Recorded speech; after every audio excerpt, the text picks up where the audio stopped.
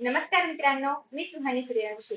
जर तुम्ही इयत्ता 9वी मधून 10वी मध्ये जात असाल, तर नक्की 10वी मध्ये भूगोलामध्ये काय काय शिकायचं आहे, काय सिलेबस आहे, याची ओळख तुम्हाला व्हावी किंवा एक ट्रेलर माहिती असावा पुढे पुढे येणाऱ्या मूव्हीचा. तर त्यासाठीचा हा व्हिडिओ आहे, ज्यामध्ये आपण सिलेबस इंट्रोडक्शन बघणार आहोत आणि एक्झॅक्टली काय काय अभ्यास करायचे ते बघणार आहोत. खरं तर ना मोस्टली इतिहास, भूगोल, राज्यशास्त्र हे जे समाजशास्त्र विषय आहेत, तर ते आपल्याला बोरिंग वाटतात किंवा आवडत नाहीत. पण डोंट वरी, या वर्षीचा जो काही भूगोल आहे तो खूप कमाल आहे, कारण यामध्ये आपण कंपॅरेटिव्ह अभ्यास करणार आहोत भारत आणि अजून एक देश आहे तो म्हणजे ब्राझील. तर तुम्हाला जर फुटबॉल वगैरे आवडत असेल तर तुम्हाला ब्राझील बद्दल बरीचशी इन्फॉर्मेशन असणार आहे. पण नसेल तरी डोंट वरी, आपण प्रत्येक घटक, मग तो हवामान असेल, प्राणी वनस्पती असतील, वाहतूक असेल, पर्यटन असेल किंवा स्थान आणि विस्तार असेल, प्राकृतिक रचना असेल, या सगळ्याच गोष्टींचा विचार करणार आहोत भारतासाठी आणि ब्राझीलसाठी पण. त्यातल्या त्यात भारताबद्दल बरीचशी माहिती आपल्याला आधीपासून असल्यामुळे अर्धा अभ्यास तर तुमचा इझी असणार आहे. आता अर्धा जो उरलेला अभ्यास आहे तो तुम्हाला कसा करायचा आहे, म्हणजेच ब्राझील बद्दलचा अभ्यास कसा करायचा आहे, कारण त्याबद्दल तुम्हाला काहीच आयडिया नसेल. तर डोंट वरी, भूगोलाबद्दलचे सगळे व्हिडिओज मी ऑलरेडी अपलोड केलेले आहेत आणि तुम्ही जर म्हणणार असाल किंवा तुम्हाला जर हवं असेल तर यावर्षी आपण पुन्हा एकदा पहिल्यापासून सिलेबस स्टार्ट करूया. So if you want, let me know down from the comment section. आता आपण सुरू करूयात आपल्या आजच्या विषयाला, जो की आहे भूगोल. तर सगळ्यात पहिल्यांदा जेव्हा पण आपण भूगोलाचा अभ्यास करतो तर तेव्हा स्थान असेल किंवा प्राकृतिक रचना असेल, या सगळ्या गोष्टी खूप जास्त महत्वाच्या असतात. आणि म्हणूनच ते कुठे वापरलं जातं, म्हणजे जेव्हा आपण भूगोलाचा अभ्यास करतो तो रिअल लाईफ मध्ये कुठे उपयोगी आहे का, हे तुम्हाला असं वाटतं ना की का अभ्यास करतोय आपण हे. जेव्हा आपण मॅथ्स पण शिकतो तेव्हा असं वाटतं की काय याकडे मोडी, म्हणजे ह्याचा रिअल लाईफ मध्ये काही यूज आहे का. तर आहे, ते मी तुम्हाला मॅथ्स व्हिडिओ मध्ये सांगेन. पण आता जो काही भूगोल आपण शिकतो, आपण प्रत्येक वेळी म्हणतो की नकाशा बघितला पाहिजे, आपण म्हणतो की दिशा पाहिली पाहिजे, म्हणजे काय याचा काय यूज आहे का, तर आहे. जेव्हा आपण क्षेत्रभेट वगैरे करतो, आता क्षेत्रभेट म्हणजे काय, तर कुठल्याही एखाद्या ठिकाणाला भेट देणं असेल. सो ते जेव्हा आपण करतो तेव्हा त्याच्यामध्ये तुम्हाला कुठलं ठिकाण कुठे आहे किंवा या ठिकाणी काय प्रसिद्ध आहे, नद्या आहेत का, पाणी कसं आहे, काय कसं आहे, तर हे सगळं समजून घेण्यासाठी नकाशांची गरज असते. आणि ती नक्की कशी गरज आहे किंवा नकाशे आणि इतर भौगोलिक गोष्टी ज्या काही आहेत त्या कशा समजून घ्यायच्या, हे तुम्हाला पहिल्या पाठातून करणार आहे क्षेत्रफेट मधून. डोंट वरी, या पाठामध्ये खूप असं काही रॉकेट सायन्स वगैरे नाहीये. छानशी अशी एक सहल गेलेली आहे मुलांची आणि शिक्षक त्यांना दाखवतायत, सिंहगडाबद्दलच आहे याच्यामध्ये, की एक्झॅक्टली सिंहगडाला जाताना मध्ये जे काही ठिकाणे येत आहेत किंवा गडावरचं वातावरण कसं आहे, रचना कशी आहे, माती कशी आहे, तिकडची आसपासची घरं कशी आहेत वगैरे, हे सगळं याच्यामध्ये सांगितलेलं आहे. सो तुम्हाला भूगोलाचं नक्की कशा पद्धती आणि कुठे कुठे युज होतं हे तुम्हाला पहिल्याच पाठामध्ये कळेल. या पाठामधून जास्त प्रश्न नाही विचारले जात, 2-3 प्रश्न विचारले जातात. ते कोणते आहेत ते मी तुम्हाला पाठ शिकवताना सांगेनच. बाकी हा पाठ जस्ट एक एंटरटेनमेंट आणि सहल कशी एन्जॉय करतो आपण त्याप्रमाणे करायचा आहे. दुसरा पाठ आहे स्थान आणि विस्तार, अतिशय छोटूसा पाठ आहे. याच्यामध्ये फक्त भारत कुठल्या खंडामध्ये येतं आणि त्याच्या आसपासचं समुद्र कोणता आहे किंवा इतर देश कोणते आहेत, तर तेवढंच फक्त आहे. किंवा अक्षवृत्तीय रेखावृत्तीय विस्तार कसा आहे, राजधानी कोणती आहे हे. आणि सिमिलरली ब्राझीलसाठी पण राजधानी काय आहे, आसपासचा प्रदेशामध्ये समुद्र असेल किंवा महासागर असेल किंवा इतर राष्ट्र असतील ती कुठली कुठली आहेत, अक्षवृत्तीय रेखावृत्तीय विस्तार आणि राजधानी. फक्त एवढंच आहे या पूर्ण पाठामध्ये. सो पाठ अतिशय लहान आहे, अगदी अवघ्या 20 ते 25 मिनिटामध्ये होतो हा पाठ. ते पण खूप जास्त झालं पण आरामात होतो. या ठिकाणी अपेक्षित तासिका खूप आहेत आय नो, पण ते शाळेसाठी आहेत. आपण जेव्हा इथे अभ्यास करणार आहोत तेव्हा तो अशा पद्धतीने होईल की तुम्हाला पाठ समजेल सुद्धा, मजा पण येईल आणि कमी वेळेमध्ये जास्त माहिती मिळेल. त्यानंतर नेक्स्ट असणार आहे तिसरं, ते म्हणजे प्राकृतिक रचना आणि जलप्रणाली. आता प्राकृतिक रचना म्हणजे काय, अर्थात जेव्हा आपण भूगोलाचा अभ्यास करतो तेव्हा त्यामध्ये पठार, नद्या, जमीन, पाणी सगळं सगळं काही येतं, जे पण तुम्हाला आसपास निसर्गामध्ये बघायला मिळते. मग या प्रत्येक ठिकाणाची रचना कशी आहे किंवा त्यासोबतच आपण म्हणतो की सपाट जमीन आहे, आपण म्हणतो की डोंगर आहे, दऱ्या आहे, तर हे सगळं भारतामध्ये जसं आहे सिमिलरली इतर देशांमध्ये पण असेल का, म्हणजे तुम्ही जर बाहेर ट्रॅव्हल वगैरे केलं नसेल तर तुम्हाला हा प्रश्न पडला असेल. आता युट्यूबमुळे तुम्हाला कुठलाही देश घरी बसून बघता येतो, सो असे प्रश्न मोस्टली पडत नाहीत. पण तरी सुद्धा जर असा प्रश्न पडला असेल तर की आपल्याकडे जसं आहे तसं इतर देशांमध्ये आहे का, तर यासाठीच आपण बघणार आहोत की ब्राझीलमध्ये जी स्थिती आहे किंवा जी रचना आहे, भौगोलिक रचना, ती भारतापेक्षा खूप वेगळी आहे. काहीच घटक मॅच होत आहेत, काही घटक तर मॅच पण होत आहेत. फॉर एक्झाम्पल हिमालय, ज्याप्रमाणे भारतामध्ये हिमालय आहे ब्राझीलमध्ये नाहीये. ब्राझीलमध्ये वेगळ्या काहीतरी रचना आहेत, मग त्या काय आहेत, त्यांची नावं काय आहेत. किंवा इव्हन ज्याप्रमाणे भारतामध्ये गंगा म्हणा किंवा गोदावरी म्हणा, ब्रह्मपुत्रा म्हणा, यांसारख्या मोठ्या मोठ्या मोठ्या म्हणजे लांब लचक नद्या आहेत, भरपूर पाणी असणाऱ्या नद्या आहेत. त्याप्रमाणे ब्राझीलमध्ये अमेझॉन नदी आहे, जी की जगातली सगळ्यात मोठी नदी वगैरे, सगळ्यात मोठी नाही म्हणू शकत आपण, पण वन ऑफ द मोठी नदी आहे असं म्हणू शकतो. सो बेसिकली या सगळ्या गोष्टी ज्या आहेत भारत आणि ब्राझीलमध्ये, त्याच्याबद्दल आपण कंपॅरेटिव्ह अभ्यास करणार आहोत.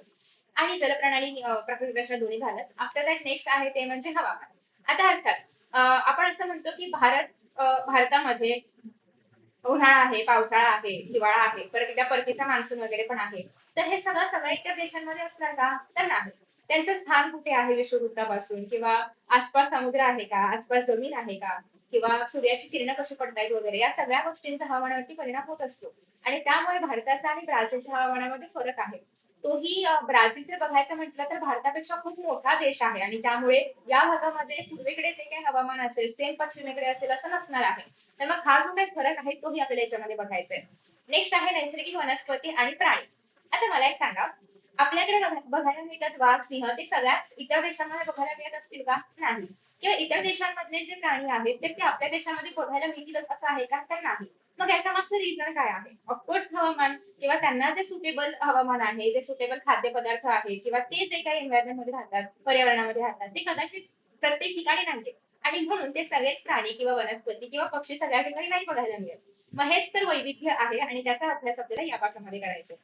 इव्हन आपण असं म्हणतो की सध्या ऱ्हास होत चाललेला आहे वनस्पती प्राणी यांचा. तर मग जे आपल्याकडे प्रॉब्लेम्स आहेत ह्या सगळ्या पर्यावरणाबद्दलचे तेच सगळे इतर देशांमध्ये पण आहेत का? तर हो, ब्राझीलमध्ये पण अशा प्रकारचे इश्यूज आहेत, हे सगळे प्रॉब्लेम्स आहेत. मग ब्राझील त्याला कसं तोंड देत आहे किंवा एक्झॅक्टली ब्राझील हे कशा पद्धतीने दूर करते वगैरे हे सगळं काही तुम्हाला या पाठामध्ये बघायला मिळणार आहे. आफ्टर दॅट नेक्स्ट पार्ट आहे तो म्हणजे लोकसंख्या. लोकसंख्येमध्ये लोकसंख्येची घनता कुठल्या भागामध्ये जास्त आहे? सेम फॉर भारत आणि ब्राझील. तुम्ही जर बघायचं म्हटलं ना तर भारताची भूमी कमी आहे आणि लोकसंख्या जास्त आहे कंपॅरेटिव्हली टू ब्राझील. आणि ब्राझीलची भूमी खूप जास्त आहे पण लोकसंख्या काहीच भागामध्ये केंद्रित आहे. बाकी सगळ्या भागामध्ये लोकसंख्या खूप जास्त विरळ आहे. मग असं एक्झॅक्टली का आहे? तर याचा संबंध येतो हवामानाशी, याचा संबंध येतो प्राकृतिक रचनेशी, जलप्रणालीशी, विकासाशी, वाहतुकीशी, दळणवळणाशी. म्हणजे बेसिकली जेव्हा आपण फक्त लोकसंख्या बघतोय ना तर ते फक्त लोकसंख्येपुरतं मर्यादित नाहीये. भूगोलामधला प्रत्येक लेसन, प्रत्येक चॅप्टर, प्रत्येक घटक हा इतर घटकांशी कम्प्लिटली रिलेटेड आहे आणि त्यामुळे जेव्हा आपण लोकसंख्येपर्यंत येऊ तोपर्यंत तुम्हाला कळलं असणार आहे की त्याच ठिकाणी लोकसंख्या का कमी आहे. कारण त्याच्या मागे हवामानाचा खूप मोठा परिणाम आहे किंवा त्याच्या मागे प्राकृतिक रचनेचा परिणाम होतोय. तर या सगळ्या गोष्टी तुम्हाला हळूहळू कळत जातील आणि म्हणून त्यांचा सिक्वेन्स असा डिसाईड केलाय. नाहीतर तुम्हाला आधीच लोकसंख्या शिकवलं असतं पण ते नाही करणार. त्याच्यामुळे अशा पद्धतीने ते क्रमाने बरोबर पुस्तकामध्ये ठेवलेलं आहे. नेक्स्ट आहे ते म्हणजे मानवी वस्ती. आता एकदा का तुम्हाला कळलं की लोकसंख्येची घनता कुठे जास्त आहे किंवा का जास्त आहे, की त्यानंतर तुम्हाला मानवी वस्ती आपोआप कळेल. मग म्हणजे मानवी वस्ती केंद्रित कुठे आहे, रेषीय कुठे आहे, विखुरलेली कुठे आहे, हे सगळं तुम्हाला त्या त्या पाठामध्ये कळणार आहे. So after that next chapter आहे तो म्हणजे अर्थव्यवस्था आणि व्यवसाय. खूप इंटरेस्टिंग चॅप्टर आहे कारण यामधून तुम्हाला हे कळणार आहे की अर्थव्यवस्थेचा कशा पद्धतीने परिणाम होतो दोन्ही देशांवरती. कारण भारत आणि ब्राझील दोघांची पण अर्थव्यवस्था मिश्र स्वरूपाची आहे. आणि मग तुम्हाला हे पण कळेल की भारत कोणते पदार्थ आयात करतं किंवा निर्यात करतं. ब्राझीलकडून असेल किंवा इतर देशांकडून पण असेल आणि सिमिलरली ब्राझील कोणते पदार्थ आयात निर्यात करतं. अर्थव्यवस्था कशी आहे? ब्राझीलमध्ये ज्याप्रमाणे कॉफीचं उत्पादन जास्त घेतलं जातं, तर त्याचप्रमाणे भारतामध्ये मसाल्यांचं उत्पादन जास्त आहे. तर हे सगळं जो बॅलन्स आहे ते तुम्हाला कळेल. इनफॅक्ट तुम्हाला हे पण माहिती आहे की भूगोलामध्ये आलेख आणि नकाशे यांना प्रचंड महत्व आहे आणि पेपरमध्ये पण तुम्हाला हे प्रश्न हमखास येतात. त्यामुळे कुठले नकाशे करायचे, कुठला आलेख करायचा हे सगळं मी तुम्हाला त्या चॅप्टर मध्ये सांगितलेलं आहे, सांगणार आहेच. आणि अगेन हे नकाशा वाचन करणं किंवा आलेख वाचन करणं खूप जास्त महत्वाचं आहे. त्याच्यामुळे त्याला अजिबात इग्नोर नाही करायचंय. आणि नकाशा सुरुवातीपासून नीट पाहायचा आहे. भारताचा तर तुम्हाला ऑलमोस्ट माहिती असेल, पण ब्राझीलकडे जास्त लक्ष द्यायचंय कारण तिकडच्या परिसराची नावं वेगळी आहेत, जी की आपण याच्या आधी खूपदा नाही ऐकलेली आहेत. त्याच्यामुळे ती नवीन नाव असल्यामुळे थोडीशी जास्त मेहनत घ्यावी लागेल. नेक्स्ट आहे पर्यटन, वाहतूक आणि संदेशवहन. यामध्ये हेच आहे की भारतामधले कुठले प्रदेश जे आहेत तर ते पर्यटक जास्त त्या ठिकाणी येतात आणि सेम फॉर ब्राझील. याच्यामध्ये पण तुम्हाला खूप सारे आलेख वगैरे बघायला मिळतील. वाहतूक मध्ये कशा पद्धतीने प्रगती होत चाललेली आहे भारतामध्ये, ब्राझीलमध्ये किंवा वाहतुकीसाठी कोणता मार्ग जास्त वापरला जातो, हवाई मार्ग, रस्ते मार्ग असेल की कुठला पण जो काही मार्ग असेल तो. मग ते नकाशामध्ये पॉइंट आउट करून दाखवणं की हा मार्ग असा आहे, तो मार्ग इथून इकडे जातोय किंवा बंदर कुठे आहेत, विमानतळ कुठे आहेत हे सगळं दाखवणं नकाशामध्ये. संदेशवहन कसं आहे किंवा आपण म्हणतो की भारतामध्ये एकच प्रमाणवेळ आहे जी की अलाहाबाद मधून पास आउट होते. पण ब्राझीलमध्ये असे 4 प्रमाणवेळ आहेत कारण ब्राझीलचा अक्षरवृत्तीय विस्तार जास्त आहे. सो मग या सगळ्या गोष्टी तुम्हाला इथे बघायला मिळणार आहेत. त्याच्यामुळे खूप जास्त इंटरेस्टिंग आहे यावर्षीचा भूगोल. आय होप की तुम्हाला हा व्हिडिओ आवडला असेल आणि एक छान पद्धतीने इंट्रोडक्शन मिळालं असेल की एक्झॅक्टली पुढच्या वर्षभरामध्ये काय शिकायचं आपल्याला, कशावरती फोकस करायचा आहे. सो इंटरेस्टिंग वाटतंय की नाही? आणि तुम्हाला पुन्हा एकदा आय मीन माझ्यासाठी पुन्हा एकदा पण तुम्ही पहिल्यांदाच शिकणार आहात भूगोल. सो मी ही सीरीज परत लॉन्च करावी का? करावी अशी वाटतंय का तुम्हाला? आणि जर वाटत असेल तर खाली कमेंट बॉक्समध्ये नक्की सांगा. बाकी इतर कुठल्या विषयावरती मी अशा प्रकारचा व्हिडिओ बनवायला हवाय ते पण नक्की सांगा. व्हिडिओ शेअर करू शकता, लाईक पण करू शकता. Thank you so much for watching and see the next video. Bye bye.